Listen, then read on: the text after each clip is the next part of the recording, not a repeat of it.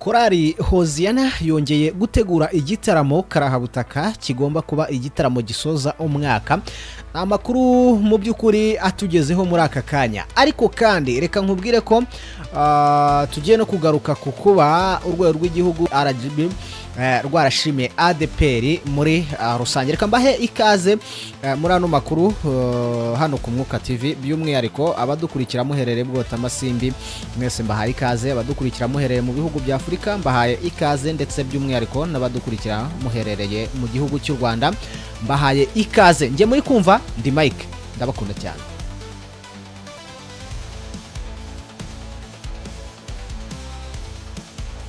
Hanyuma rero ni munyemerere n'ubundi aya makuru tuyahere kuri Korali Hoziyana, aho yamaze kuba itangaza cyangwa se iteguza igitaramo cy'iminsi 3 yise Hoziyana Gospel Celebration tugumane 2024. Korali Hoziyana ikorera umurimo w'Imana muri ADPR ya Nyarugenge, igiye rero gukora iki gitaramo gikomeye kizamara iminsi 3. Bakaba rero barakise Hoziyana Gospel Celebration tugumane 2024. Ni igitaramo cy'iminsi 3, igitaramo cyo kuramya no guhimbaza Imana, ndetse kandi bagatangamo n'ubutumwa bwiza bwa Kristo. Korali Hoziyana izaba iri kumwe rero n'abandi bakozi b'Imana bagiye batandukanye muri iki giterane cyiswe Hoziyana Gospel Celebration tugumane 2024. Iki gitaramo cyari gitegerejwe cyane n'abakunzi b'indirimbo zo kuramya no guhimbaza Imana, by'umwihariko n'abakunzi b'iyi korali. Kizaba rero kuva ku itariki 22 Ugushyingo, hazaba ari kuwa gatanu, kugeza ku cyumweru tariki ya 24 Ugushyingo 2024 kuri ADPR Nyarugenge hariya mu Gakinjiro.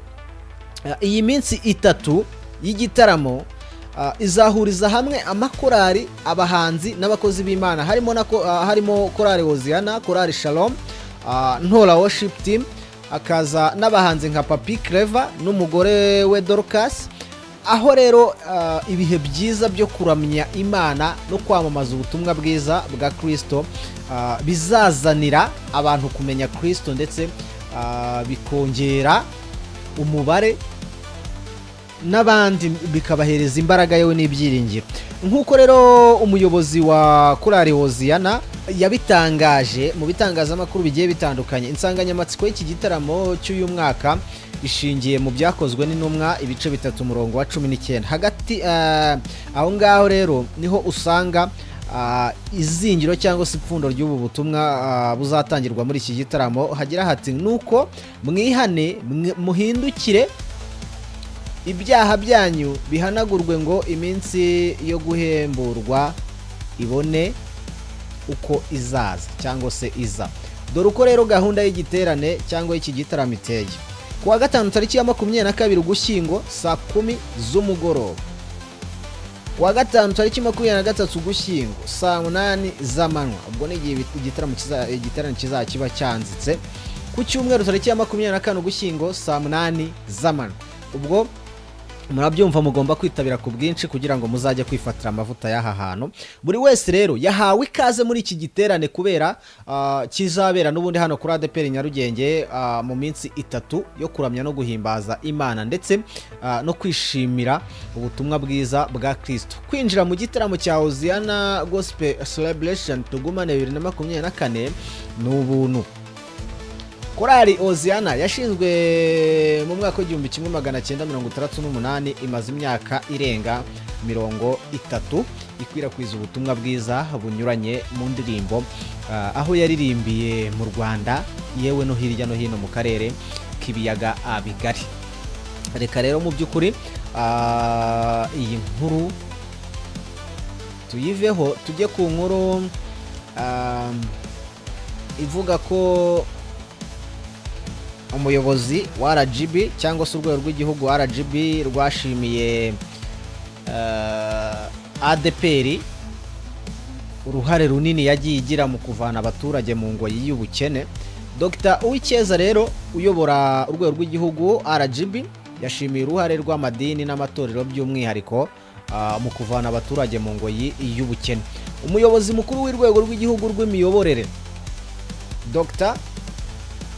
Uwicyeza yashimiye uruhare amadini agira mu iterambere ry'abaturage muri rusange, aho mu by'ukuri yatangaje ko abanyarwanda bishimye cyane bitewe n'ibikorwa bimwe na bimwe by'amadini byabagejeje ku iterambere, yewe imiryango ishingiye ku myemerere ikaba ifite uruhare rugera kuri 83.7% mu iterambere ry'abaturage. Dr Doris Uwicyeza yashimiye cyane imiryango ishingiye ku myemerere ndetse n'imiryango mpuzamahanga uruhare rukomeye yagiye igira mu bikorwa bigamije kuvana abaturage mu ngoyi y'ubukene, nk'inshingano za mbere leta y'u Rwanda yumvaga ko amadini agomba kugira.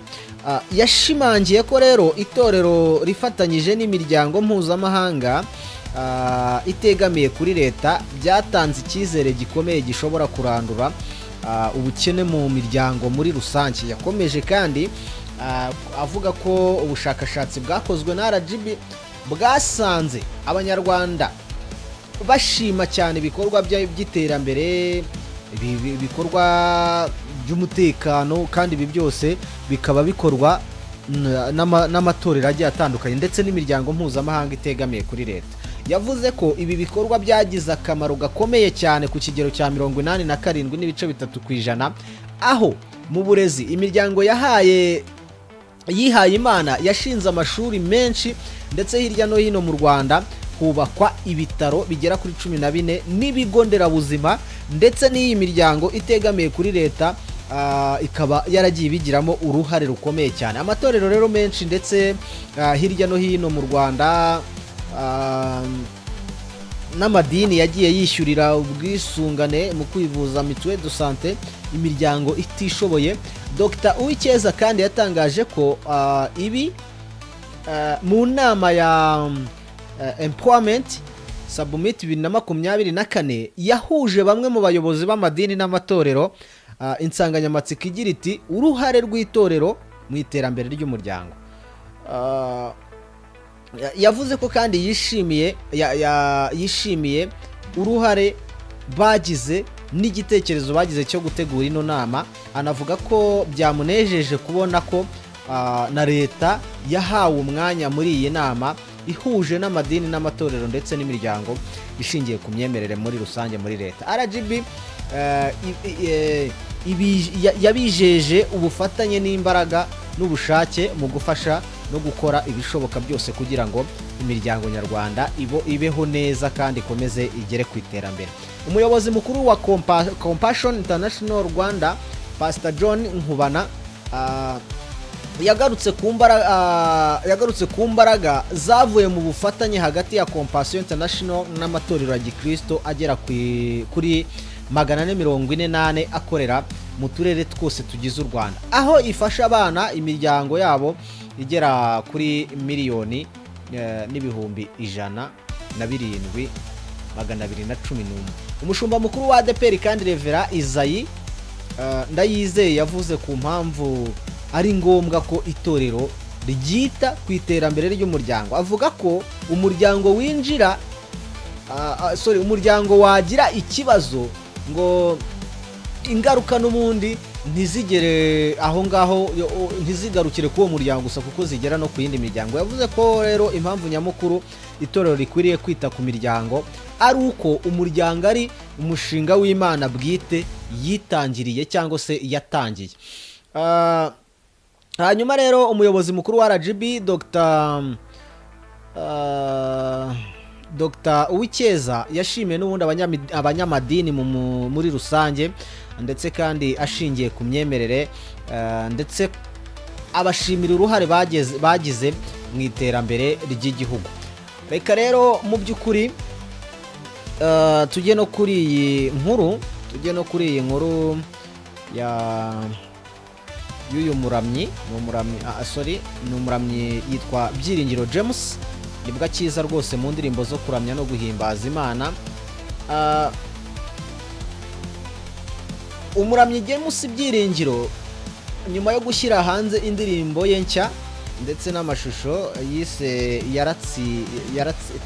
yaransindiye, ihumuriza buri umwe wese rero kugera ku mwami Yesu cyangwa se kwirata kuri Satani ntabashe kumuyobya ngo amujyane muri byinshi. Ariko kandi avuga ko ngo iyi ndirimbo yayihimbye nyuma yo gusangwa n'umwuka wera, nyuma y'ikiganiro James Byiringiro ngo yagiranye n'inshuti ye yakadasohoka ikamuganiriza ibibazo byiganje mu buzima bwe.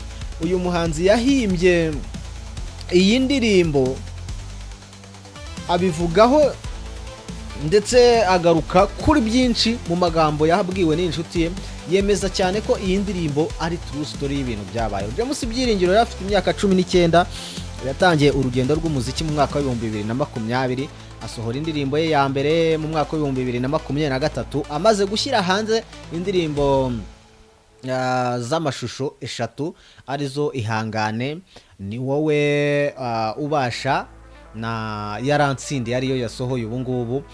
Birumvikana rero mugomba kugira gute, mugomba kumwamamaza nyaboneka. Afite indirimbo nziza mu by'ukuri.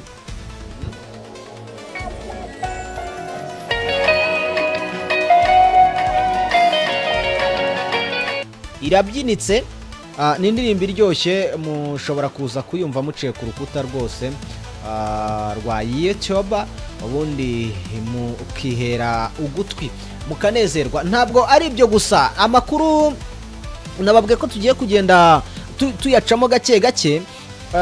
Hanyuma rero ni Gentil Iranzi, impano nshya rero muri gospel nyarwanda nayo yamaze kubigera hanze. Ubwo uwo muhanzi nawe muraje mumubone kuko afite team ngari, araririmba pe, araririmba, afite team ngari, yo bari guperforminga ubona ari ibintu byiza cyane. Gentil Iranzi ni umuramyi mushya rero ukiri umunyeshuri muri kaminuza y'u Rwanda.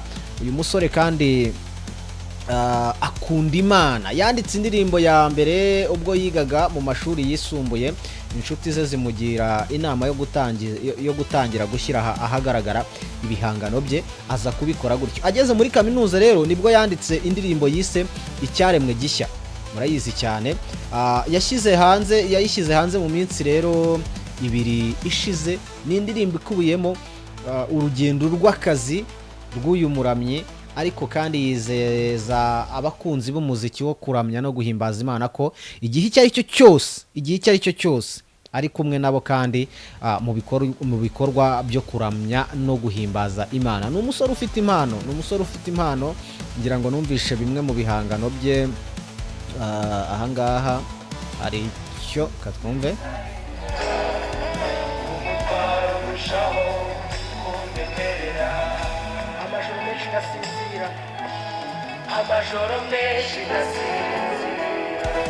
Indirimbo nziza, ni indirimbo nziza nayo mushobora gusanga kuri YouTube, mukandikaho Icyaremwe Gishya by Gentil Iranzi, murahita mubona rwose video imeze neza cyane. Afite team yo bari kuririmba bawumva amavuta aza.